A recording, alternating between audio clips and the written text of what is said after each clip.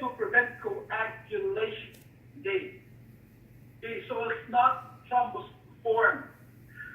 But when the patient will have to continuously take the drug, okay, this will make the blood much thinner. And therefore now will make the blood so very watery, severely hypophysis. And therefore now it results to hemorrhage.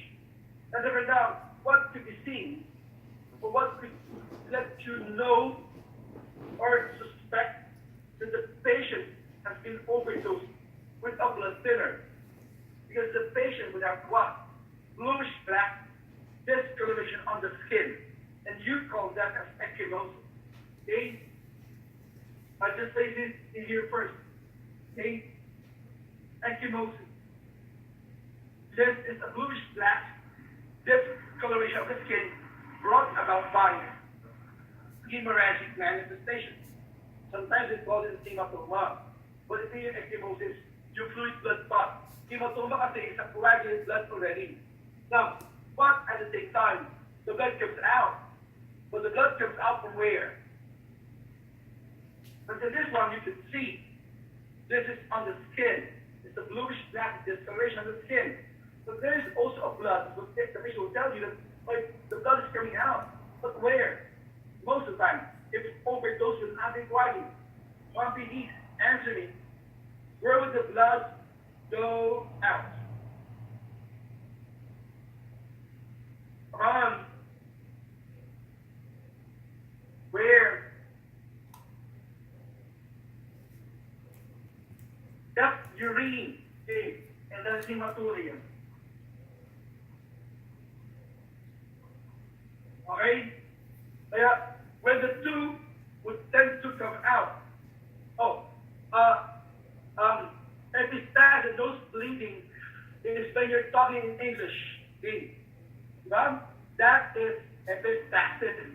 When you start, and if you remember, when you were actually establishing your tubercular 18, and you start talking other questions, diba? Your CSF and the blood comes out from your nose, and that is epistaxis. And you call this nosebleed. Okay. Okay.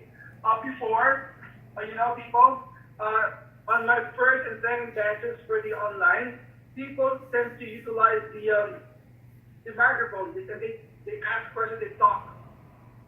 But when I introduce people, in the review, who could not understand Tagalog, the people are now quiet and they don't want to ask questions anymore. They just cry. And I know what happened. Okay.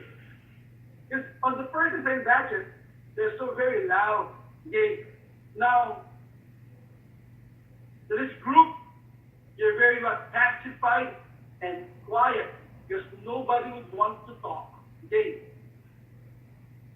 I don't know what was happening, but would you have a nosebleed when you talk? Okay? My goodness. Okay. Wow. Buti na lang batch 2 ako. Ha ha ha. Okay. But now you're quiet, di ba? Okay.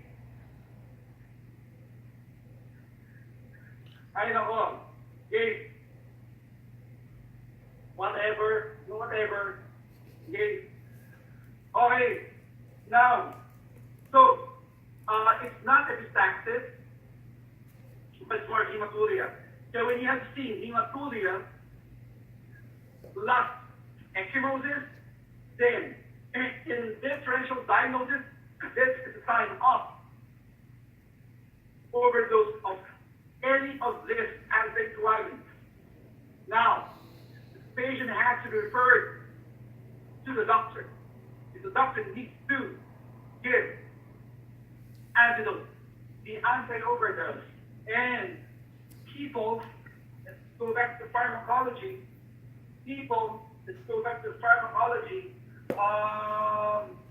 what's the antidote for the overdose of heparin? If you have any idea, come on, type it. I know people, I was listening, and I tend to miss people talking over the microphone. Okay? You remember once in a while you can actually talk. Okay?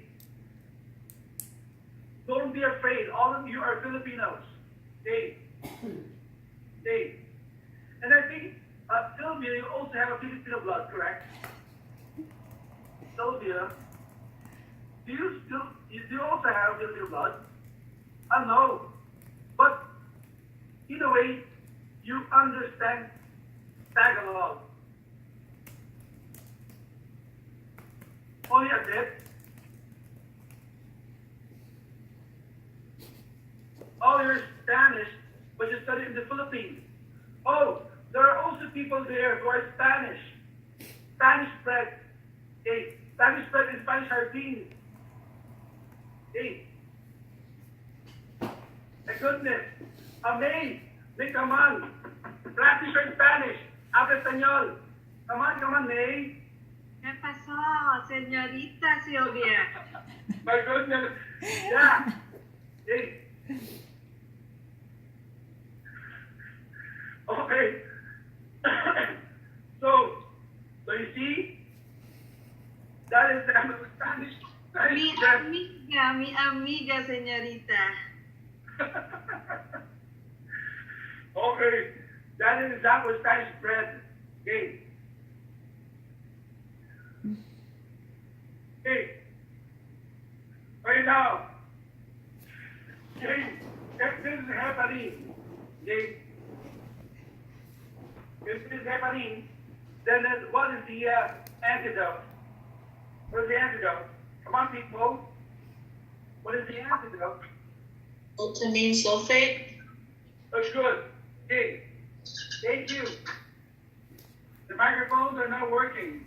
Glutamine sulfate. Okay?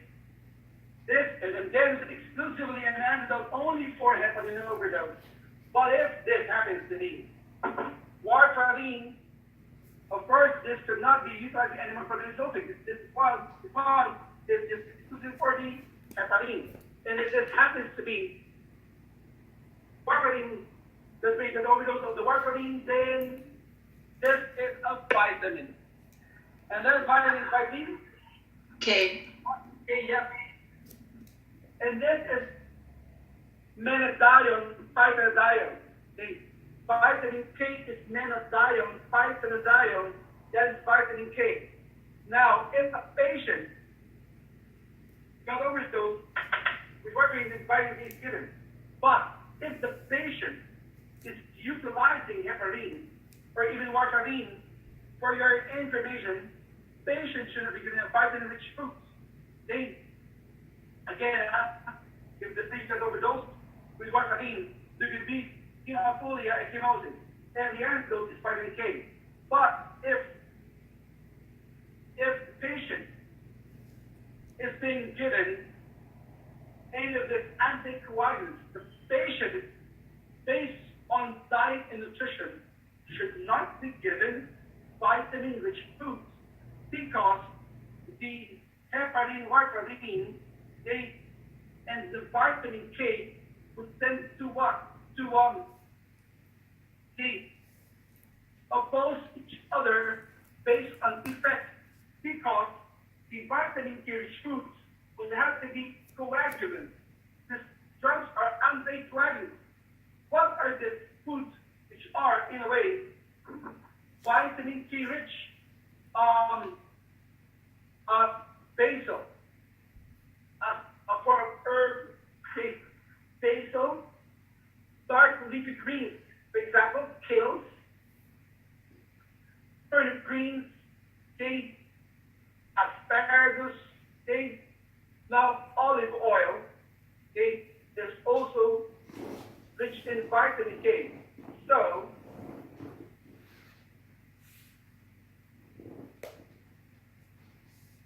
there's a question if with hyper should we be avoiding vitamin K rich food? Not necessarily. Okay. There's a question if a person is hypertensive, should they be avoiding vitamin K rich foods? Not necessarily. Okay. But if a person has hypertension but has coronary artery disease, has CAD, then in a way, they should be cautioned when taking in vitamin K rich food. Because there are persons who may be hypertensive but don't have coronary artery disease. Because if a person has hypertension KB, the patient will have what? They will have a atherosclerosis, and this has thrombotic formation. Then, in a way, you should be cautioned on taking in vitamin-rich food. But, if they are actually taking warfarin or even heparin, no, for vitamin K should now. So based on the dishes, to be fair, most of them are what? Consists of the Italian food. Huh? But they are so very magnifico, delicioso. But the problem is that the pesto sauce, okay, is composed of what? Basil. Composed of extra virgin olive oil and pine nuts. Pine nuts is another problem, but more of the what? The basil and the olive oil. No for them. Okay, you understand? People, and of course, diet and nutrition is also a content of the NCCE for your information. That's why we are talking about food. This is not a culinary review, but we know and we must know what to take and what not to take. Okay, yun. So there could be chances that patient's situation conditions could be aggravated. Based on density. Ayun. Did you get it? Dali okay na? Okay. Now, game. If the patient is taking warfarin or has liver damage, which is having liver cirrhosis, or taking vitamin K, as an antidote, and the doctor would want to know is the assay for the intrinsic pathway for coagulation. Then what they have to get based on the laboratory assessment is what PTINR. Okay, PTINR. Now, it's just that if the patient is taking warfarin, the INR range happens to be okay.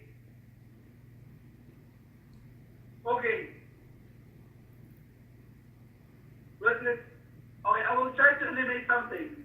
Okay, 0.8 to 1.2. Eliminate the 9. Okay, so at the normal INR for people not using warfarin is 0.8 to 1.2. You remove the 9. It's a typo. 0.8 to 1.2. Okay. Eliminate the 9. But if a person is utilizing warfarin, it's 2 to 3. Okay? Now, if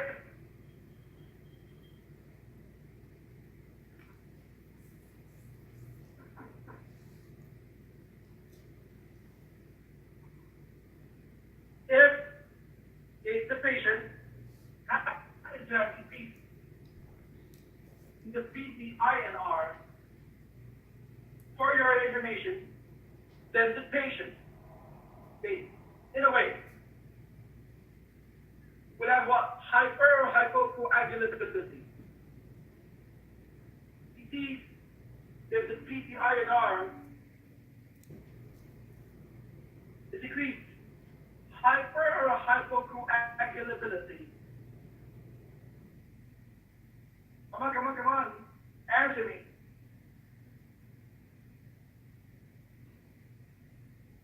PTINR is high. Is it hyper or hypocoagulability? Upon type, hyper or hypo. Come on, try to analyze. I need your analytical opinion. Come on. I'm reading your answers.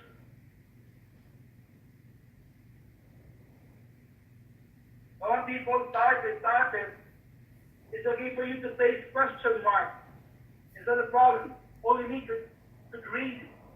Kasi naka-private naman kayo, so now, okay, look, if the PT is 11 to 15 seconds being Ya se va a normal, acostar. and for example, your PT happens to be 45, 60 seconds a minute, so if it's clotting, when it En una happens, hora más o it menos. takes quite a En while una hora. before clot forms. Ujú.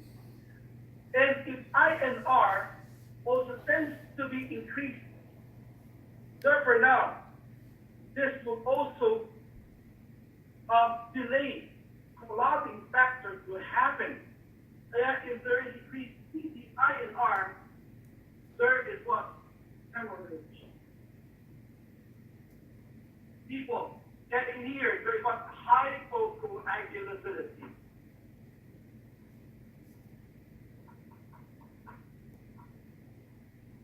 As the examiner, be careful. Take note, if, for example, PT happens to be 60 seconds, INR is 6 with if using warfarin, then the blood is hypoviscous. Okay? The blood is more fluid. There is chance for hemorrhage. Okay? Therefore now,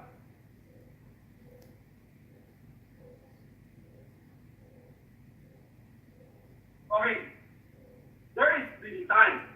Okay? And the normal bleeding time is 2 to 10 minutes. Caution people, if increased PPINR will result to hemorrhage, there is hypocoagulability. What happens to bleeding time? Increase or decrease? Come on, what happens to bleeding time if there is hemorrhage? Increase or decrease? Come on, time for your answer. Be fast. I need you to think quickly so that in the exam, they increase or decrease bleeding time. There is hemorrhage. Come on, there's hemorrhage. A chance for a hemorrhagic bleeding manifestation would then do what? Increase bleeding time. Come on. Imagine, if there's hemorrhage, for the 10 minutes, it's over 10 minutes. And the bleeding is still not resolved. Yan. But for example, the bleeding happens to be 30 minutes. O, di ba? That is hypocoagulability. That is hemorrhage. That is it. Just exam, careful. Okay naman yun.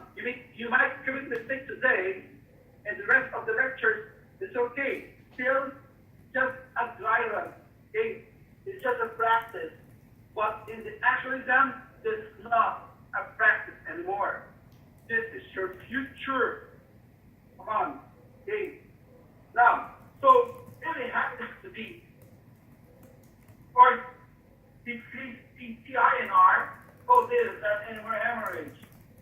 Lower than 11 seconds, lower than 2 or less than 0.8, then this is hypercoagulability. This is hypercoagulability. And in a way, this would cause what? Cirrhosis. So the bleeding time here would tend to decrease, obviously.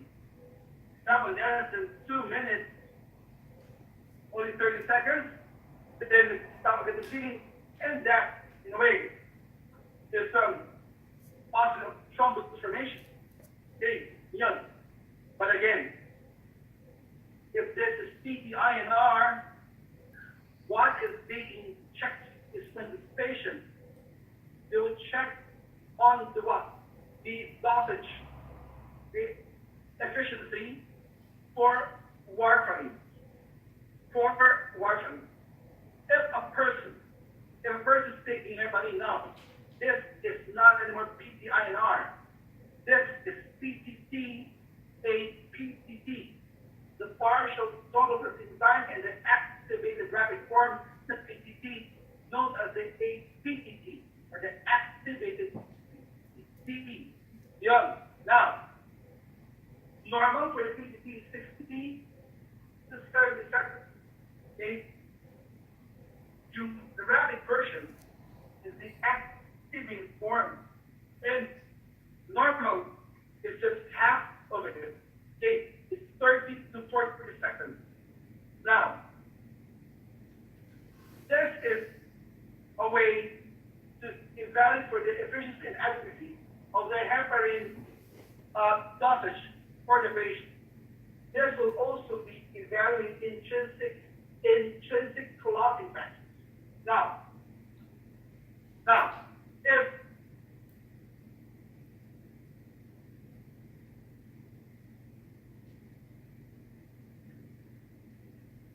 okay, look, if a PTT is a PTT, okay, hyper or hypocoagulability. If it is PTT, hyper or hypocoagulability. Come on. Hypo. Come on, people. Hypo. If it is PTT, it's what? Hello, answer me. Come on, don't be afraid. It's not at Halloween. Okay. Later it's Halloween. Come on. Come on. Don't be afraid to commit mistakes. Nobody's perfect. Okay. This will result to an hemorrhage that is hypocoagulability. Again, okay? Imagine more than 30 seconds, more than 40 seconds.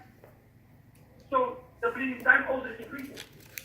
But if you have decreased PTT, APTT, there is thrombosis. There is hyper coagulability. Ayan.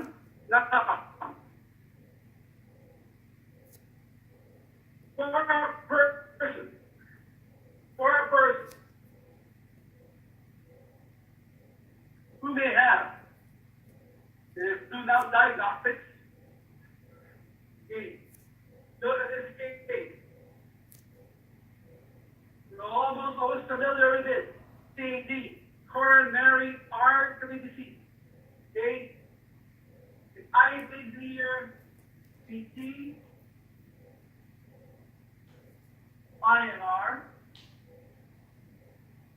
and I can hear PTT and APTT.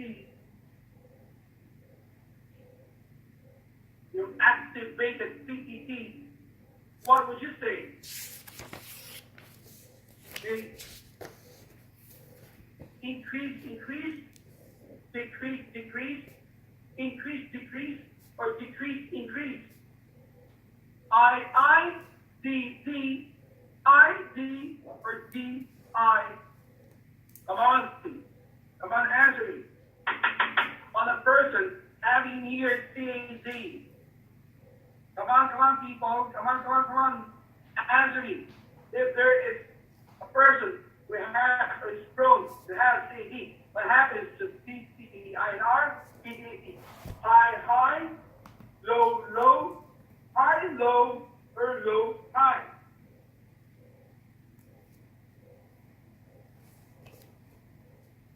PTT. Come on, people.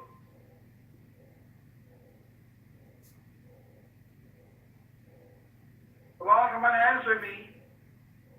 Okay. So high, low. I know. The first group is the PTI. The second tandem is the PTA, PTT. Come on.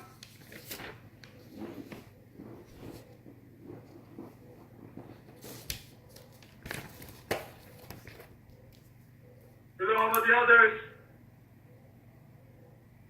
Come on, people, how about the others? Come on, establish your effort.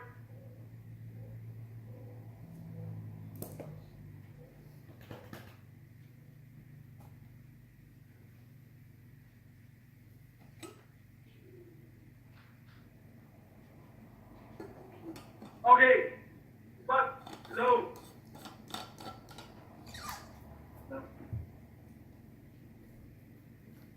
Yep, this is low.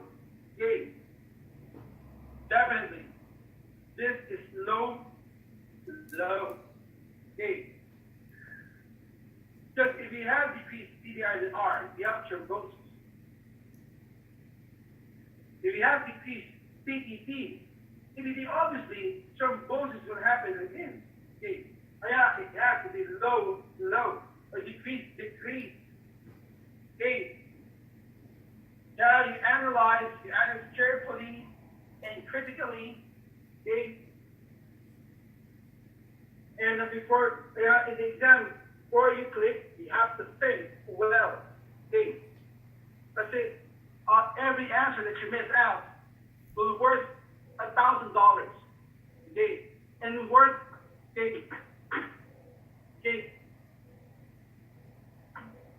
more than you ever think of. Okay. So now, this is on the PTT and BT and the PTI now. INR discussion. Now, next. Okay. We happen to have another group of cells. Okay. PT cells just have to have a bladder break. Just give me a minute or so. The bladder break first.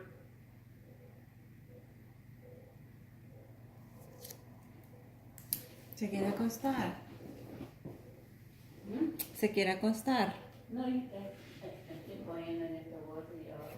Ah, todavía los tiene ahí. Estoy esperando porque termine. Uy, ¿Seguro? sí.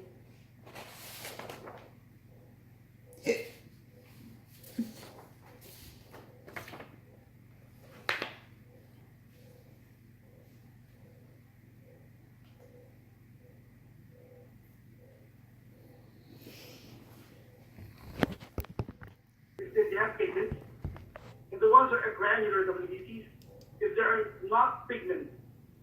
And for the granulocytes, if we have in here all the fills, neutrophils, basophils, and eosinophils.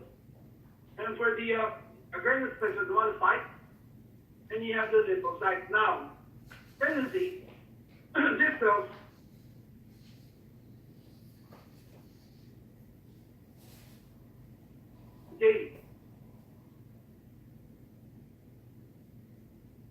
will have to be so very important for us. And I think you're so very familiar, Dave, with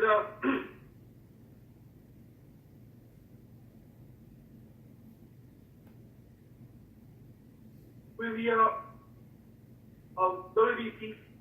And for the first line of defense against acute infection or acute inflammation, we have the neutrophils. Aside with acute infection or acute inflammation, there is neutrophilic infiltration. And if the neutrophil will migrate onto the area of acute infection or acute inflammation, then you call the term as diabetes.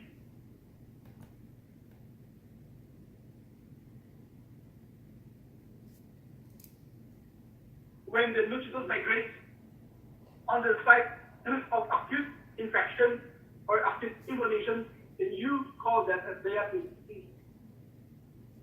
Now, in finance, acute inflammation, there is neutrophilic infiltration. But our lines of defense against chronic infection or chronic inflammation will have to be the lymphocyte. Okay, And we know that these are the second line of defenses, or our lines of defense against chronic infection or chronic inflammation. And these are our lymphocytes. Okay?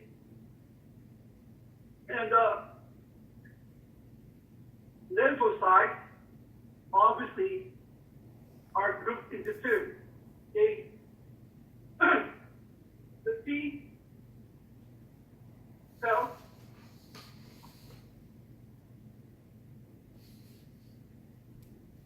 and the B cells. Okay? The T lymphocytes, because they're thymus dependent lymphocytes. T, they're thymus dependent lymphocytes. Now, the B, they come from the bone marrow. And they are bone marrow dependent lymphocytes. There are also B cells which will come from the bursa of Fabricius.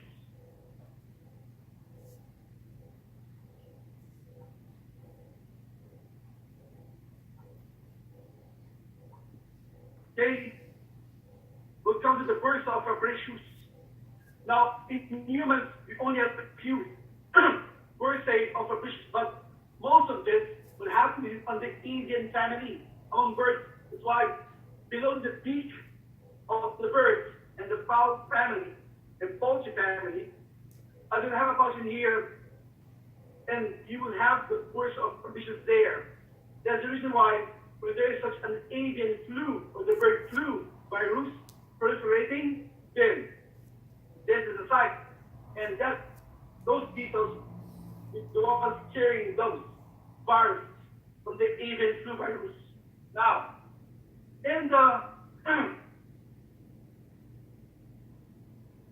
lymphocytes, the T cells are responsible for cellular immunity. This will tend to protect the vital cells of the body from invading microorganisms, bacteria, viruses. Now, but the T lymphocytes responsible for humoral immunity.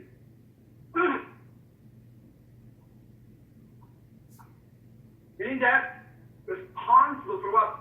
For the antibody production. That is humoral immunity, and that is antibody production or synthesis. Ayan. Now, but the T cells